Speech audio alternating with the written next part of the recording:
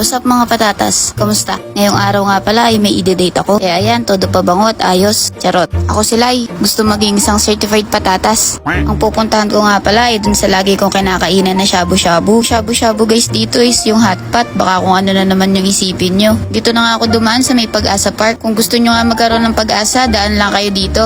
De, joke lang. Corny. Tinawid ko nga lang yung park kasi yung kakainan ko is nasa kabila nito. And ayan na nga. Yan yung lagi kong kinakainan na shabu-shabu dito. Kilala na nga ako ng mga tao dito. At ayan, buti na lang kahit maraming tao ay may space pa rin. May mga araw kasi talaga na punuan dito at kailangan pa maghintay para sa space. After ko nga umorder at magbayad, umupo na ako. Ano kong ang ginagawa dito habang iniintay yung order ko is nakuha ko ng popcorn. Pagkatapos ay nakuha naman ako ng kanin. At only nga yan dito guys. Isang minuto nga lang at dumating na yung hotpot ko. Nakita pa nga ni Cheche yung camera ko. Beef flavor nga yung in-order ko. At ayan nga guys, dumating na yung kadate ko. At opo, LDR na nga po ulit kami ni Jowa. Isa nga ang LDR sa mga kailangan mong i-consider kung gusto mo mag-abroad. Hindi nga lang para sa mag-jowa, kung hindi para sa mag-asawa at para sa may mga anak. Nakakalungkot lang na maraming nasisirang mga relasyon at pamilya dahil sa LDR. Kaya saludo ko sa mga tao na kahit malayo sila, pamilya pa rin nila yung nagiging dahilan para magsumikap at lumaban sa buhay. At para naman sa mga hindi kinakaya yung LDR, hindi ko rin naman kayo masisisi guys. Syempre, iba't iba naman tayo ng perspective sa buhay at iba-iba rin tayo ng kinakaharap sa buhay.